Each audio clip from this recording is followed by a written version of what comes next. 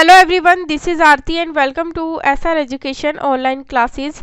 Last class में हम लोगों ने जो डिस्कस किया था, क्लास 6 की साइंस की एनसीईआरटी की बुक को डिस्कस किया थे, जिसमें कि हमारे जो सारे चैप्टर हमारे कंप्लीट हो गए थे। आज हम लोग जो डिस्कस करने वाले हैं, क्लास 6 की ज्योग्राफी की बुक को डिस्कस करेंगे चैप्टर वाइज। तो आज हम लोग जो डिस्कस करने वाले चैप्टर 1 को डिस्कस करेंगे। मोस्ट इम्पॉर्टेंट चैप्टर है। लेसन नंबर या फिर चैप्टर नंबर 1 को डिस्कस करेंगे ज्योग्राफी में। आज हम लेसन का नाम है सौरमंडल में पृथ्वी। चलिए फिर आज की क्लास को स्टार्ट करते हैं। सौरमंडल में पृथ्वी। सूर्यास्त के बाद आकाश को देखना कितना अच्छा लगता है। आसमान में पहले एक या दो चमकते बिंदु ही दिखते हैं, लेकिन बाद में इनकी संख्या बढ़ती जाती है।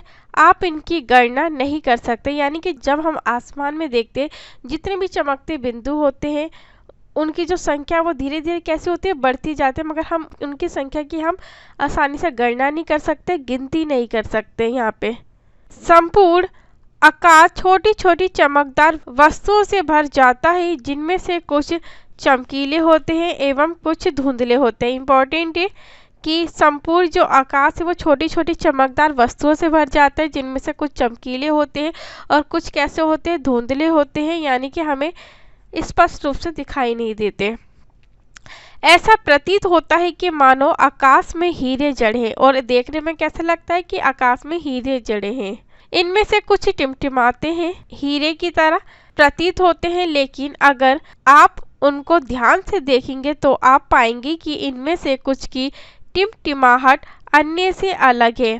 ये बिना किसी टिमटिमाहट के चंद्रमा के समान चमकते हैं। इन चमकीली वस्तुओं के साथ आप लगभग प्रतिदिन चंद्रमा को भी देखते हैं।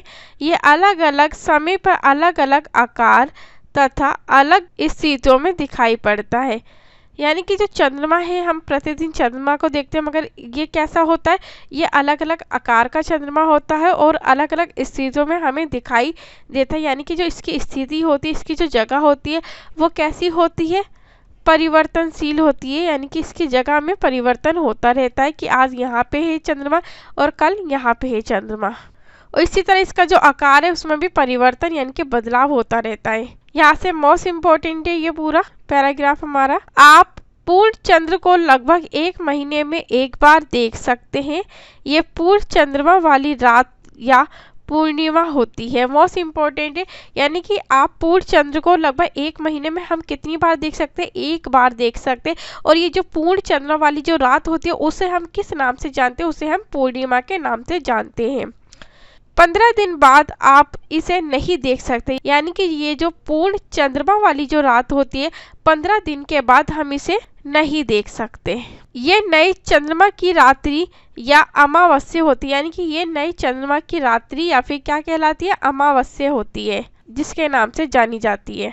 ऐसी रात में अगर आसमान साफ है तो आसमान का अवलोकन अच्छी तरह से कर सकते हैं। क्या आपको इस बात पर आश्चर्य नहीं होता है कि हम दिन के समय चंद्रमा एवं इन सभी छोटी चमकीली वस्तुओं को क्यों नहीं देख पाते हैं?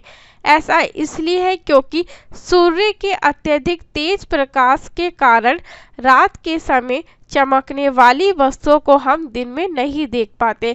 हम क्यों नहीं देख पाते? दिन के टाइम में क्या होता है, जो सूर्य की रोशनी होती है, उसका जो प्रकाश होता है बहुत तेज होता है, जिसके कारण जो रात में चमकने वाली जो चमकीली वस्तुएं होती है, हमें दिन के समय नहीं दिखाई देती। यहाँ से ये पैराग्राफ पूरा इंपॉर्टेंट है, मोस्ट इम्पॉर्टेंट है, याद रखिएगा आप लोग। सूर्य, चंद्रमा तथा वे सभी वस्तुएं जो रात के समय आसमान में चमकती है, खगोलीय पिंड कहलाती है। यहाँ से क्वेश्चन भी बन के तैयार होते हैं हमारे। यहाँ से क्वेश्चन भी पूछे जाते हैं कि खगोलीय पिंड क्या है। सूर्य, चंद्रमा तथा वे सभी जो रात के समय आसमान में चमकते हैं या फिर चमकती है, उन्हें हम किस नाम से जानते हैं? उन्हें हम खगोलीय पिंड के नाम से जानते हैं। या फिर वो सारी चीजें, वस्तुएं क्या कहलाती है, खगोलीय पिंड कहलाती हैं। कुछ खगोलीय पिंड बड़े आकार वाले तथा गर्म होते हैं। यानी कि कुछ जो खगोलीय पिंड होते कैसे होते, बड़े आकार के होते हैं और कैसे होते, गर्म टाइप के होते हैं। ये गैसों से बने होते हैं, यानी कि ये जो खगोलीय पिंड होते हैं किससे बने होते हैं, ये गैसों से बने होते हैं। मोस्ट इम्पोर्टेंट है, प्लीज याद रखिएगा आप लोग इसे, ये गैसों से बने होते हैं जितने भी हमारे खगोलीय पिंड होते हैं। इनके पास अपनी ऊष्मा तथा प्रकाश होता है, यानी कि जितने भी खगोलीय पिंड होते हैं उनके पास अपनी ऊष्मा भी होती है और अपना प्रकाश भी होता है, जिसे वह बहुत बड़ी मात्रा में उत्सर्जित करते हैं, यानी कि जिसे वे बहुत बड़ी मात्रा में उत्सर्जित करते या फिर प्रदान करते हैं। इन खगोलीय पिंडों को तारा कहते हैं, यानी कि ये सारी जो खगोलीय पिंड है इन्हें किस नाम से जाना जाता है, इन्हें तारे के नाम से जाना जाता है। और सूर्य भी एक तारा है। मोस्ट इम्पोर्टेंट है यहाँ से कि जो सूर्य है, सूर्य भी क्या है, एक तारा है। तो क्वेश्चन पूछा जाएगा कि सूर्य क्या है, तो सूर्य क्या है, सूर्य एक तारा है। ये आपको एक्टिविटी दी गई है, इसे आप लोग एक बार पढ़ लेना। हम लोग अगले पॉइंट को डिस्कस करते हैं। रात के समय चमकते हुए अनगिनत तारे सूर्य के समान ही है, लेकिन हमसे बहुत दूर होने के कारण हम लोग उनकी ऊष्मा या प्रकाश को महसूस नहीं करते तथा वे अत्यंत छोटे दिखाई पड़ते हैं। यानी कि रात के समय जितने भी अनगिनत तारे होते हैं वो सूर्य के समान ही होते हैं, लेकिन हमसे बहुत दूर होने के कारण हम इनकी ऊष्मा या फिर इनके प्रकाश को आसानी से महसूस नहीं कर पाते। क्यों नहीं कर पाते, क्योंकि वो अत्यंत छोटे दिखाई पड़ते हैं। जब हम कोई चीज़ दूर से देखते तो वो हमें वस्तु कैसे दिखाई देती है, वो छोटी आकार की या छोटे आकार की दिखाई पड़ती है। आपने अवश्य ध्यान दिया होगा कि कुछ दूरी से देखने पर सभी वस्तुएं छोटी दिखाई पड़ती है। मैंने वही बताया कि कुछ वस्तु होती है जो अधिक दूरी से देखने पर या फिर कुछ दूरी से देखने पर वस्तुएं हमें कैसी दिखाई देती है, छोटी दिखाई देती है या फिर स्मॉल दिखाई देती है, जिसके कारण हम उस वस्तु को नहीं देख पाते। अत्यधिक ऊंचाई पर उड़ रहा हवाई जहाज कितना छोटा दिखाई देता है, यानी कि इन्होंने एग्जाम्पल बताई कि जब हम अत्यधिक ऊंचाई पर हवाई जहाज को देखते तो वो हमें कैसा दिखाई देता है, छोटे आकार का दिखाई देता है। बट जो हवाई जहाज वास्तव में छोटा नहीं होता, वो बड़ा होता है। ये पूरा पैराग्राफ यहाँ से हमारी इम्पोर्टेंट है। रात्रि में आसमान की ओर देखते समय आप तारों के विभिन्न समूहों द्वारा बनाई गई विविध आकृतियों को देख सकते हैं। ये नक्षत्र मंडल कहलाते हैं। मोस्ट इम्पोर्टेंट, नक्षत्र मंडल किन्हें कहते हैं हम, रात्रि में आसमान की ओर देखते समय आप तारों के विभिन्न समूहों या फिर ग्रुप्स द्वारा बनाई गई विविध जो भी आकृतियां होती है उसे हम देख सकते हैं। वो सारी आकृतियां हमारी नक्षत्र मंडल के अंदर आ जाती है, या फिर उन आकृतियों को हम क्या कहते हैं, नक्षत्र मंडल कहते हैं। अर्सा मेजर या बिग बियर इसी प्रकार का एक नक्षत्र मंडल है। इम्पोर्टेंट है, अर्सा मेजर या फिर बिग बियर जो है वो क्या है, हमारे नक्षत्र मंडल है। बहुत आसानी से पहचान में आने वाला नक्षत्र मंडल, यानी कि जो अर्सा मेजर और बिग बियर है वो हम बहुत आसानी से पहचान सकते हैं कि ये नक्षत्र मंडल है, यानी से आसानी से हम पहचाना जा सकता है अर्सा मेजर और बिग बियर नक्षत्र मंडल को। सप्त ऋषि यानी कि सप्त यानी कि सात, ऋषि यानी कि संत, ये 7 तारों का समूह है जो कि नक्षत्र मंडल अर्सा मेजर का भाग है। यानी कि जो सप्त ऋषि है वो 7 तारों का समूह है। कितने, 7 तारों का समूह है जो कि नक्षत्र मंडल या फिर अर्सा मेजर का भाग है या फिर क्या है, उसका पार्ट है। तो इसे आप लोग याद रखिएगा। अपने परिवार या पड़ोस में किसी बड़े व्यक्ति से कहिए कि वे आपको आसमान में और अधिक तारों, ग्रहों तथा नक्षत्र मंडल को दिखाए। यानी कि जो क्लास 6 के बच्चे, उन्हें तो इतनी नॉलेज नहीं होगी, तो वो क्या कर सकते हैं, अपनी फैमिली मेंबर्स के साथ मिलकर इन तारों की पहचान या फिर इन नक्षत्र मंडल की पहचान कर सकते हैं आसानी से। चलिए, हमारे लिए यहाँ से पढ़ना इम्पोर्टेंट है, ये पैराग्राफ पूरा इम्पोर्टेंट है। प्राचीन समय में लोग रात्रि में दिशा का निर्धारण तारों की सहायता से करते थे। उत्तरी तारा उत्तर दिशा को बताता था, इसे ध्रुव तारा भी कहा जाता है। मोस्ट इम्पोर्टेंट है, अगर हम बात करें कि जो प्राचीन समय है यानी कि पहले के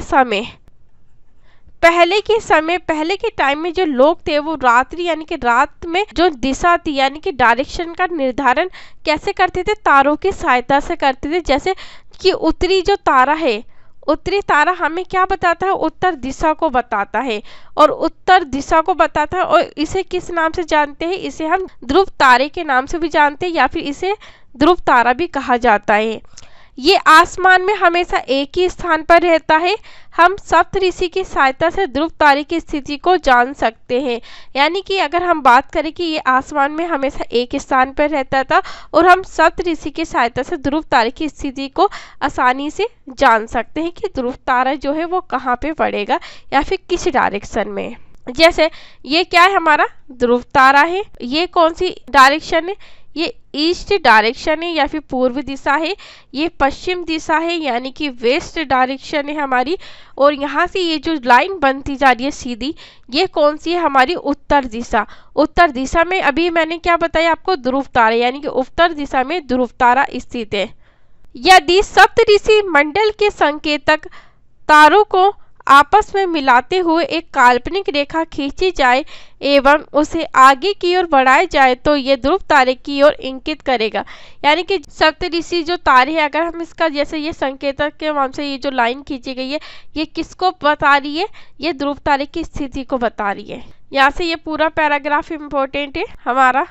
कुछ खगोलीय पिंडों में अपना प्रकाश एवं उष्मा नहीं होती।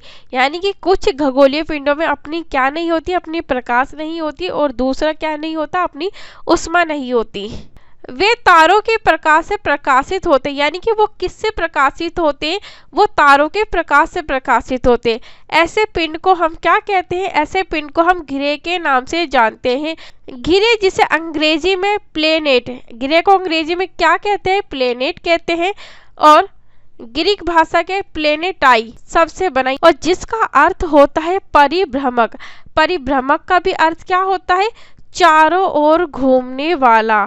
इंपॉर्टेंट है, ग्रह का क्या अर्थ हुआ, चारों ओर घूमने वाला।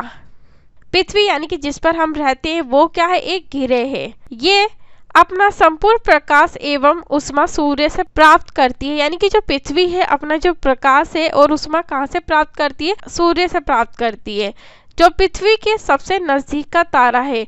मोस्ट इम्पोर्टेंट, पृथ्वी के सबसे नजदीक का तारा कौन सा है, हमारा सूर्य पृथ्वी के सबसे नजदीक का तारा है। पृथ्वी को बहुत अधिक दूरी से जैसे चंद्रमा से देखने पर ये चंद्रमा की तरह चमकती हुई प्रतीत होती है। तो इन सबको आप याद रखिएगा, मोस्ट इम्पोर्टेंट है। और छोटे छोटे क्वेश्चन यहीं से एग्जामिनर के द्वारा बन के तैयार होते हैं और पूछे जाते हैं और पूछे भी गए हैं। तो एनसीईआरटी जो बुक है वो मोस्ट इम्पोर्टेंट है हमें पढ़ना किसी भी एग्ज़ाम को क्रैक करने के लिए, चाहे आप यूपीएससी की तैयारी कर रहे हैं या फिर आप टीचिंग के फील्ड की तैयारी कर रहे हैं या फिर आप अन्य गवर्नमेंट एग्जाम की तैयारी कर रहे हैं, एसएससी, सीजीएल, सभी एग्जाम को क्रैक करने के लिए जो एनसीईआरटी बुक है वो हमारा क्या तैयार करती है, एक बेस तैयार करती है। इसलिए एनसीईआरटी बुक पढ़ना मोस्ट इम्पोर्टेंट है। चलिए कुछ फैक्ट को हम लोग डिस्कस कर लेते हैं। बृहस्पति, शनि तथा यूरेनस के चारों ओर छल्ले हैं। ये छल्ले विभिन्न पदार्थों के असंख्य छोटे छोटे पिंडों से बनी पट्टियां हैं। पृथ्वी से इन छल्लों को शक्तिशाली दूरबीन की सहायता से देखा जा सकता है। यानी कि पृथ्वी से इन छल्लों को शक्तिशाली दूरबीन की सहायता से आसानी से देखा जा सकता है। आसमान में दिखने वाला चंद्रमा एक उपग्रह है। मोस्ट इम्पोर्टेंट है, आसमान में दिखने वाला जो चंद्रमा है क्या है, एक उपग्रह है। ये हमारी पृथ्वी का सहचर है तथा इसके चारों ओर चक्कर लगाता है। चंद्रमा का क्या कार्य होता है, पृथ्वी के चारों ओर चक्कर लगाने का। हमारी पृथ्वी के समान 7 अन्य ग्रह हैं जो सूर्य से प्रकाश एवं उष्मा प्राप्त करते हैं। उनमें से कुछ के पास अपनी चंद्रमा भी स्थित है या फिर चंद्रमा भी है। चलिए सौरमंडल के बारे में डिस्कस करते हैं। मोस्ट इम्पोर्टेंट है, सूर्य, 8 ग्रह, उपग्रह तथा कुछ अन्य खगोलीय पिंड जैसे क्षुद्र ग्रह एवं उल्का पिंड मिलकर सौरमंडल का निर्माण करते हैं। सौरमंडल का निर्माण किन किन के द्वारा किया जाता है, सूर्य, 8 ग्रह, उपग्रह और अन्य जो भी खगोलीय पिंड होते हैं जैसे क्षुद्र ग्रह हो गया, उल्का पिंड हो गया, ये सब मिलकर सौरमंडल का निर्माण करते हैं। उसे हम सौर परिवार का नाम देते हैं। उसे हम किसका नाम देते हैं, उसे हम सौर परिवार का नाम देते हैं, जिसका जो मुखिया होता है वो कौन होता है, हमारा सूर्य मुखिया होता है सौर मंडल का। तो याद रखना आप लोग, इसे भी मोस्ट इम्पोर्टेंट है। चलिए सबसे पहले डिस्कस करते हैं सूर्य के बारे में। सूर्य सौर मंडल के केंद्र में स्थित है। सूर्य कहाँ पे स्थित है? सौर मंडल के केंद्र में स्थित है। दिखा देती हूँ मैं आपको, ये इमेज है। जैसे ये क्या है? सूर्य। सूर्य सौरमंडल के कहाँ स्थित है? सूर्य सौरमंडल के केंद्र में स्थित है। ये बहुत बड़ा है एवं अत्यधिक गर्म गैसों से बना है। सूर्य जो है बहुत बड़ा है और ये किससे बना हुआ है? ये गैसों से बना है। इसका खिंचाव बल इससे सौरमंडल को बांधे रखता है, यानी कि इसका जो खिंचाव बल होता है इसे सौरमंडल से बांधे रखता है। सूर्य सौरमंडल के लिए प्रकाश एवं ऊष्मा का एकमात्र स्रोत है, यानी कि जो सूर्य है सौरमंडल के लिए प्रकाश और ऊष्मा का एकमात्र स्रोत है या फिर साधन है या फिर सोर्स है। लेकिन हम इसकी अत्यधिक तेज ऊष्मा को महसूस नहीं कर सकते, यानी कि हम इसकी जो अत्यधिक जो तेज ऊष्मा होती है, जो हीट होती है, उसे हम महसूस नहीं कर सकते, क्योंकि सबसे नजदीक का तारा होने के बावजूद ये हमसे बहुत दूर है। यानी कि जो सूर्य है सबसे नजदीक का तारा होने के बावजूद भी ये हमसे बहुत ज्यादा दूर है। सूर्य पृथ्वी से लगभग 15 करोड़ किलोमीटर दूर है, यानी कि सूर्य जो है पृथ्वी से लगभग 15 करोड़ किलोमीटर दूर है। इंपॉर्टेंट फैक्ट है। ग्रह के बारे में डिस्कस करते हैं। हमारे सौर मंडल में 8 ग्रह हैं। हमारे सौर मंडल में कितने ग्रह हैं? टोटल 8 ग्रह हैं। अगर हम सूर्य की दूरी के अनुसार ग्रहों की संख्या को गिनेंगे तो सबसे पहले बुध आएगा, उसके बाद शुक्र आएगा सेकंड नंबर पे, थर्ड नंबर पे हमारी पृथ्वी आएगी, फोर्थ नंबर पे मंगल आएगा, फिफ्थ नंबर पे बृहस्पति ग्रह आएगा, सिक्स नंबर पे शनि ग्रह आएगा, 7 नंबर पे यूरेनस ग्रह आएगा तथा 8वें नंबर पे हमारा कौन सा ग्रह आएगा? नेपच्यून ग्रह आएगा। तो इम्पोर्टेंट है, याद रखना।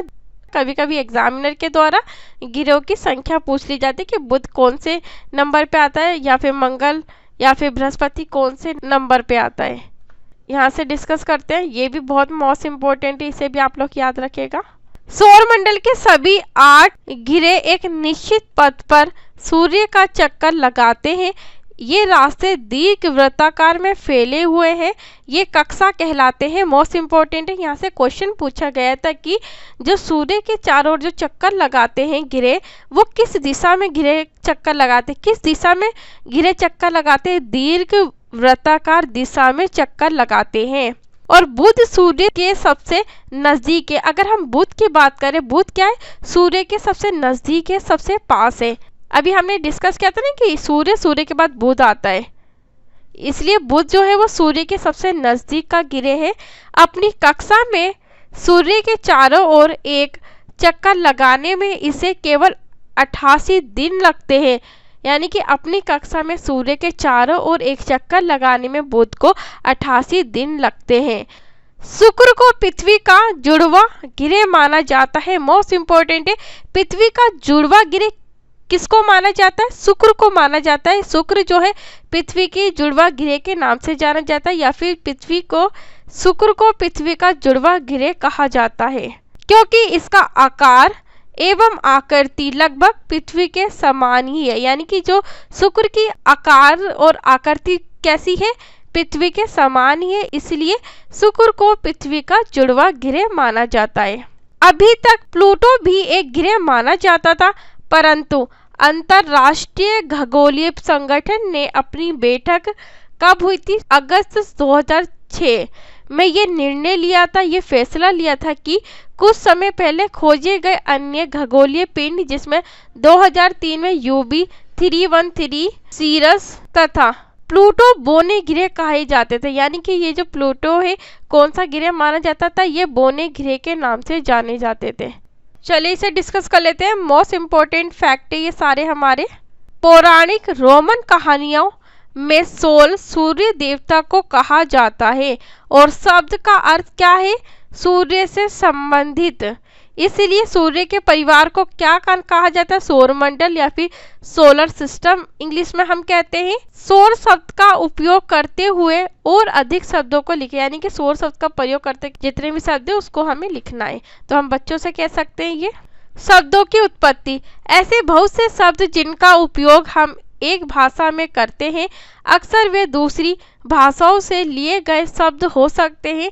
उदाहरण के लिए जियोग्राफी एक अंग्रेजी शब्द है, ये ग्रीक भाषा से लिया गया शब्द है जिसका अर्थ क्या है? पृथ्वी का विवरण। ज्योग्राफी का अर्थ क्या है? पृथ्वी का विवरण। ये दो ग्रीक शब्दों से मिलकर बना है। किन किन से? गी शब्द का अर्थ है पृथ्वी तथा ग्राफिया का क्या अर्थ है? ग्राफिया का अर्थ है लिखना। जियोलॉजी, जियोलॉजी का क्या अर्थ हो गया? पृथ्वी का अध्ययन करना। जियोमेट्री का क्या अर्थ हो गया? पृथ्वी का मापन करना। और जियोआई का अर्थ क्या हुआ? पृथ्वी के आकार के अनुरूप। तो इसे आप लोग याद रख लेना। चलिए इसे डिस्कस करते हैं। रात में आसमान को देखकर मनुष्य हमेशा से मोहित हुआ है। खगोलीय पिंडों एवं उनकी गति के संबंध में अध्ययन करने वालों को खगोल शास्त्री कहते हैं। खगोलीय पिंडों एवं उनकी गति के संबंध में जो अध्ययन करने वाले लोग हैं या फिर स्टडी करने वाले लोग हैं, उन्हें हम किस नाम से जानते हैं? उन्हें हम खगोल शास्त्री के नाम से जानते हैं। आर्यभट्ट जो थे वो प्राचीन भारत के प्रसिद्ध यानी कि सबसे फेमस खगोल शास्त्री थे। उन्होंने कहा था कि सभी ग्रह तथा चंद्रमा परावर्तित सूर्य प्रकाश के कारण चमकते हैं। आज विश्व के सभी भागों में खगोलविद ब्रह्मांड के रहस्य को खोजने में लगे हैं। चलिए पृथ्वी के बारे में डिस्कस करते हैं, इम्पोर्टेंट है तो यहाँ से भी आप लोग इसे याद रखेगा। मोस्ट इम्पोर्टेंट पूरा पैराग्राफ हमारा। सूर्य से दूरी के हिसाब से पृथ्वी तीसरे नंबर का ग्रह है। यानी कि अगर हम बात करें कि सूर्य की दूरी के हिसाब से पृथ्वी कितने नंबर पे आते हैं? तीसरे नंबर का ग्रह है और आकार में ये पांचवा सबसे बड़ा ग्रह। और अगर हम सूर्य से दूरी के हिसाब से बात करें तो ये सूर्य की दूरी से तीसरे नंबर पे आता है। और अगर हम आकार की बात करें तो आकार में ये पांचवा सबसे बड़ा ग्रह है। मैं दिखा देती हूँ इसे आपको। सूर्य से दूरी के हिसाब से कितने नंबर पे आता है? पहले पे बुध है, सेकंड पे शुक्र है और थर्ड पे क्या आता है? हमारा पृथ्वी ग्रह आता है। और आकार की बात करें, आकार में कितने नंबर पे आता है? ये पांचवें नंबर पे आता है। क्यों? क्योंकि जो नेपच्यून है, नेपच्यून को अब हटा दिया गया है। अगर हम यहाँ से गिने 1 2 3 4 5, पांचवें नंबर पे क्या आता है? आकार के हिसाब से हमारी पृथ्वी ग्रह आता है। तो इसलिए सूर्य जो है दूरी के हिसाब से पृथ्वी का तीसरा ग्रह है और आकार में ये पांचवा सबसे बड़ा ग्रह है। तो याद रखना, कभी कभी डायरेक्टली क्वेश्चन पूछ लिए जाते हैं। ये ध्रुवों के पास थोड़ी चपटी है, यानी कि ये ध्रुवों के पास थोड़ी चपटी है। यही कारण है कि इसका आकार को भू-आव कहा जाता है। भू-आव का क्या अर्थ है? भू-आव का अर्थ है पृथ्वी के समान आकार। जीवन के लिए अनुकूल परिस्थितियां संभवतः केवल पृथ्वी पर ही पाई जाती है। पृथ्वी ना तो अधिक गर्म है और ना ही अधिक ठंडी है। यहाँ पे जीवन जीना पृथ्वी पर कैसा है? आसान है, क्योंकि पृथ्वी ना तो गर्म है अधिक और ना ही अधिक ठंडी है। यहाँ पानी एवं वायु उपस्थित है। पृथ्वी पे क्या उपस्थित है? पानी भी उपस्थित है और वायु भी उपस्थित है, जो भी मनुष्य को जीवन व्यतीत करने के लिए चाहिए होती है या फिर आवश्यकता होती है, जो हमारे जीवन के लिए आवश्यक है। वायु में जीवन के लिए आवश्यक गैसें जैसे ऑक्सीजन मौजूद है। यानी कि वायु में कौन सी गैस मौजूद है? पृथ्वी पर ऑक्सीजन मौजूद है। इन्हीं कारणों से पृथ्वी सौरमंडल का सबसे अद्भुत ग्रह है। इसलिए जो पृथ्वी है वो सौरमंडल का सबसे अद्भुत और सबसे प्रिय ग्रह माना जाता है और सबसे महत्वपूर्ण ग्रह माना जाता है। अंतरिक्ष से देखने पर पृथ्वी नीले रंग की दिखाई पड़ती है। मोस्ट इम्पोर्टेंट है, अगर हम अंतरिक्ष से पृथ्वी को देखेंगे कैसी दिखाई देगी? हमें नीले रंग की दिखाई देती है, क्योंकि इसकी 2/3 सतह पानी से ढकी हुई है, इसलिए इसे नीला ग्रह कहा जाता है। नीला ग्रह किसे कहा जाता है? पहला क्वेश्चन ये तैयार होगा। नीला ग्रह पृथ्वी को कहा जाता है।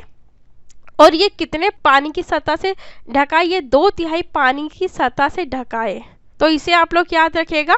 चंद्रमा के बारे में डिस्कस करते हैं। हमारी पृथ्वी के पास केवल एक उपग्रह है। कौन सा उपग्रह? चंद्रमा है। इसका व्यास पृथ्वी के व्यास का केवल 1/4 है। इसका अगर व्यास है पृथ्वी के व्यास का कितना है? 1/4 है। ये इतना बड़ा इसलिए प्रतीत होता है क्योंकि ये हमारे ग्रह से अन्य खगोलीय पिंडों की अपेक्षा सबसे नजदीक है, सबसे पास है। इसलिए ये हमें कैसा दिखाई देता है, ये हमें बड़ा दिखाई देता है। ये हमसे लगभग 3,84,400 किलोमीटर दूर है। मोस्ट इम्पोर्टेंट है कि ये हमसे कितना दूर है, 3,84,400 किलोमीटर दूर है। जब भी जो चंद्रमा है हमें कैसा दिखाई देता है, बड़ा दिखाई देता है, इतनी दूर स्थित होने के बावजूद भी। अब आप पृथ्वी से सूर्य एवं चंद्रमा की दूरियों की तुलना कर सकते हैं कि सूर्य कहाँ है और पृथ्वी कहाँ है। तो इसकी जो तुलना है इनकी दूरियों की इजीली कर पाएंगे आप। चलिए इस फैक्ट को हम लोग डिस्कस कर लेते हैं। बॉक्स के फैक्ट हमारे लिए इम्पोर्टेंट है साथ साथ। प्रकाश की गति लगभग 3 लाख किलोमीटर प्रति सेकंड है। मोस्ट इम्पोर्टेंट, प्रकाश की गति कितनी है, प्रकाश की गति लगभग 3 लाख किलोमीटर प्रति सेकंड है। इस गति के बावजूद सूर्य के प्रकाश को पृथ्वी तक पहुंचने में लगभग कितना समय लगता है, 8 मिनट का समय लगता है। तो छोटी छोटी चीज़ों को आप लोग याद रखेंगे, क्योंकि एग्जाम में कभी कभी चीज़ों को टफ बना के छोटी छोटी क्वेश्चन पूछ लिए जाते हैं।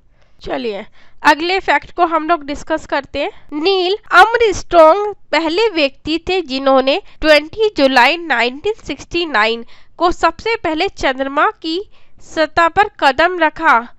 मोस्ट इम्पोर्टेंट है, सबसे पहले चंद्रमा पे किन्होंने कदम रखा था, नील आर्मस्ट्रॉन्ग जी ने। और कब रखा था, 20 जुलाई 1969 में रखा था। और अगर भारतीय अंतरिक्ष में गए थे, हमारे राकेश शर्मा जी गए थे अंतरिक्ष में, पहले भारतीय हैं जिन्होंने अंतरिक्ष में इन्होंने कदम रखा था। कब रखा था, 3 अप्रैल 1984 में, ये डेट भी याद रखना। और ये राकेश शर्मा जी अंतरिक्ष की कक्षा में 21 दिन 21 घंटे और 40 मिनट ये अंतरिक्ष में रहे थे। तो मोस्ट इम्पोर्टेंट है, ये फैक्ट आप लोग याद रखेगा। पहले जो व्यक्ति थे वो तो नील आर्मस्ट्रॉन्ग थे जिन्होंने 20 जुलाई 1969 में चंद्रमा पर पहले कदम रखा था। और भारतीय की बात करें, भारतीय में सबसे पहले जो अंतरिक्ष में कदम रखा था वो राकेश शर्मा जी ने कदम रखा था। कब रखा था, 3 अप्रैल 1984 में रखा था। और कितने दिन ये अंतरिक्ष में रहे थे या फिर अंतरिक्ष की कक्षा में रहे थे, 21 दिन 21 घंटे और 40 मिनट तक ये रहे थे।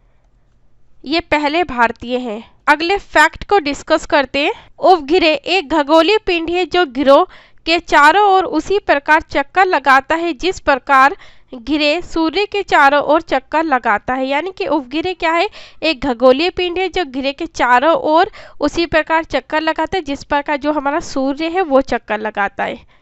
मानव निर्मित उपग्रह एक कृत्रिम यानी कि आर्टिफिशियल पिंड है। ये वैज्ञानिकों के द्वारा बनाया गया है। यानी कि जो कृत्रिम पिंड होते हैं या आर्टिफिशियल पिंड होते हैं, ये किनके द्वारा बनाया जाता है, ये वैज्ञानिकों के द्वारा बनाया जाता है या फिर साइंटिस्ट के द्वारा बनाया जाता है, जिसका उपयोग ब्रह्मांड के बारे में जानकारी प्राप्त करने एवं पृथ्वी पर संचार माध्यम के लिए किया जाता है। कृत्रिम पिंड वैज्ञानिकों के द्वारा क्यों बनाया जाता है, ताकि जो ब्रह्मांड है और उनकी जानकारी प्राप्त करने के लिए कृत्रिम पिंडों को बनाया जाता है। इसे रॉकेट द्वारा अंतरिक्ष में भेजा जाता है। इसे कैसा भेजा जाता है, रॉकेटों के द्वारा अंतरिक्ष में भेजा जाता है, जिस तरह ये दिखाया गया है, एवं पृथ्वी की कक्षा में स्थापित कर दिया जाता है। और कहाँ स्थापित कर दिया जाता है, पृथ्वी की कक्षा में से स्थापित कर दिया जाता है। और यहाँ से याद रखना आप लोग, ये इंपॉर्टेंट फैक्ट है। अंतरिक्ष में उपस्थित कुछ भारतीय, यानी कि भारतीयों की बात करें, इंडियन उपग्रह की बात करें, कौन कौन से हमारे, इनसैट नंबर 1 पे इनसैट, सेकंड पे कौन सा उपग्रह है, IRS है, और एडुसैट है 3rd नंबर पे। तो अंतरिक्ष में उपस्थित भारतीय उपग्रह कौन कौन से, इनसैट, IRS और एडुसैट। तो याद रखना इसे भी आप लोग। चंद्रमा पृथ्वी पर एक चक्कर लगभग 27 दिन में पूरा करता है। यानी कि चंद्रमा पृथ्वी पर एक चक्कर कितने दिन में लगाता है, 27 दिन या फिर 27 दिन में पूरा करता है। लगभग इतने ही समय में ये अपने अक्ष पर एक चक्कर भी पूरा करता है। अक्ष पर भी 27 दिन में चक्कर लगाता है या फिर पूरा करता है। इसके परिणाम स्वरूप पृथ्वी से हमें चंद्रमा का केवल एक ही भाग दिखाई पड़ता है। यानी कि पृथ्वी से हमें चंद्रमा का केवल 1 पार्ट ही दिखाई देता है।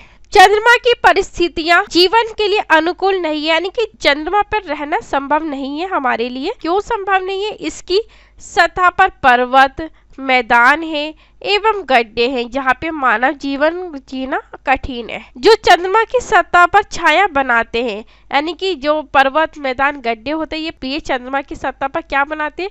छाया बनाए रखते हैं या फिर अंधेरा बनाए रखते हैं। पूर्णिमा के दिन चंद्रमा पर इनकी छाया को देखा जा सकता है। चलिए अगले पॉइंट को डिस्कस करते हैं। सूर्य ग्रह मोस्ट इम्पोर्टेंट है। तारों, ग्रह एवं उपग्रह के अतिरिक्त असंख्य छोटे पिंड भी सूर्य के चारों ओर चक्कर लगाते हैं, सूर्य के चारों ओर घूमते हैं। इन पिंडों को क्या कहा जाता है? इन पिंडों को सूर्य ग्रह कहते हैं। मोस्ट इम्पोर्टेंट है, ये मंगल एवं बृहस्पति की कक्षाओं के बीच पाए जाते हैं। ये मोस्ट इम्पोर्टेंट है, ये सूर्य ग्रह कहाँ पाए जाते हैं? ये मंगल और बृहस्पति की कक्षाओं के बीच पाए जाते हैं। मैं दिखा देती हूँ आपको। सूर्य ग्रह कहाँ पाए जाते हैं? मंगल और बृहस्पति की कक्षाओं के बीच में ये हमारे क्या है? सूर्य ग्रह है, या फिर मंगल और बृहस्पति की कक्षाओं के बीच में सूर्य ग्रह पट्टी या फिर सूर्य ग्रह स्थित है। वैज्ञानिकों के अनुसार सूर्य ग्रह के ही भाग होते हैं, यानी कि जो वैज्ञानिकों ने माना था कि जो सूर्य ग्रह है वो ग्रह के ही पार्ट होते हैं, ग्रह के ही भाग होते हैं, जो कि बहुत वर्ष पहले विस्फोट के बाद ग्रह से टूटकर अलग हो गए थे। यानी जो सूर्य ग्रह है बहुत समय पहले की बात है, विस्फोट हुआ था। विस्फोट के बाद जो ग्रह से टूटकर जो सूर्य ग्रह थे वो अलग हो गए थे। चलिए उल्का पिंड के बारे में डिस्कस करते हैं। मोस्ट इम्पोर्टेंट टॉपिक है ये भी हमारे लिए। सूर्य के चारों ओर चक्कर लगाने वाले पत्थरों के छोटे छोटे टुकड़ों को उल्का पिंड कहते हैं। उल्का पिंड किसे कहा जाता है? सूर्य के चारों ओर चक्कर लगाने वाले पत्थरों के छोटे छोटे टुकड़ों को उल्का पिंड कहते हैं। कभी कभी ये उल्का पिंड पृथ्वी के इतने नजदीक आ जाते हैं कि इनकी प्रवृत्ति पृथ्वी पर गिरने की हो जाती है। यानी कि कभी कभी ये जो उल्का पिंड है पृथ्वी के इतने नजदीक आ जाते हैं, इतने पास आ जाते हैं कि इनकी जो प्रवृत्ति है ऐसा लगता है कि ये पृथ्वी पर गिर ही जाएंगे। इस प्रक्रिया के दौरान वायु के साथ घर्षण होने के कारण ये गर्म होकर जल जाते हैं। यानी कि इस पूरा जो प्रोसेस होता है तो ये क्या होता है कि वायु के कारण इनका घर्षण होता है, घर्षण होने के कारण ये गर्म होकर जल जाते हैं। फलस्वरूप चमकदार प्रकाश उत्पन्न करते और गर्म होकर जलने के बाद कैसा प्रकाश देते हैं? चमकदार प्रकाश देते हैं।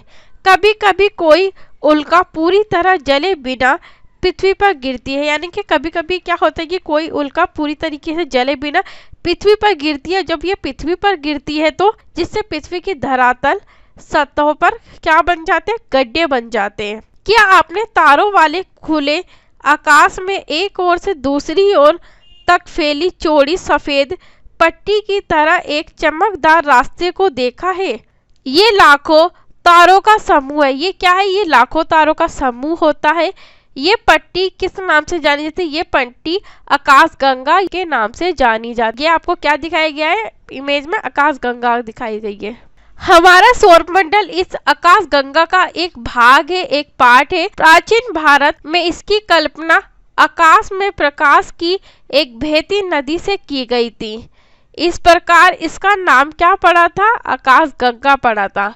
आकाशगंगा करोड़ों तारों, बादलों तथा गैसों की एक प्रणाली है। आकाशगंगा क्या है? करोड़ों तारों, बादलों तथा गैसों की एक प्रणाली है। इस प्रकार की लाखों आकाशगंगाएं मिलकर किसका निर्माण करती है? ब्रह्मांड का निर्माण करती है। मोस्ट इम्पोर्टेंट है, याद रखिएगा कि ब्रह्मांड का निर्माण कैसे होता है कि इस प्रकार की जो लाखों आकाशगंगाएं होती है वो मिलकर क्या बनाती है? ब्रह्मांड का निर्माण करती या फिर ब्रह्मांड को बनाती हैं। ब्रह्मांड की विशालता की कल्पना करना अत्यधिक कठिन है। वैज्ञानिक अभी भी इसके बारे में अधिक से अधिक जानकारी एकत्र करने में जुटे हुए हैं। इसके आकार के संबंध में हमें कोई जानकारी नहीं है, लेकिन फिर भी हम जानते हैं कि हम सभी इसी ब्रह्मांड का एक हिस्सा है, एक पार्ट है। इसको हम लोग डिस्कस कर लेते हैं। सूर्य क्या है? सौरमंडल के सबसे केंद्र में स्थित है। और पहले नंबर पे कौन सा ग्रह आता है? पहले नंबर पे बुध आता है, सेकंड पे शुक्र आता है, थर्ड पे पृथ्वी आती है, मैंने अभी बताई थी आपको। और फोर्थ पे कौन सा ग्रह आता है? मंगल ग्रह आता है। और फिफ्थ पे कौन सा ग्रह आता है, बृहस्पति ग्रह आता है। और मंगल और बृहस्पति के बीच में कौन सा ग्रह है, सूर्य ग्रह पट्टी स्थित है या फिर सूर्य ग्रह है, अभी बताया ही था मैंने आपको। 6 नंबर पे हमारा कौन सा ग्रह आता है, शनि ग्रह आता है। और 7 नंबर पे यूरेनस आता है। और 8 नंबर पे नेपच्यून आता है या फिर जिसे प्लूटो या फिर बोने ग्रह भी कहा जाता है, बट इसे अब हटा दिया गया है।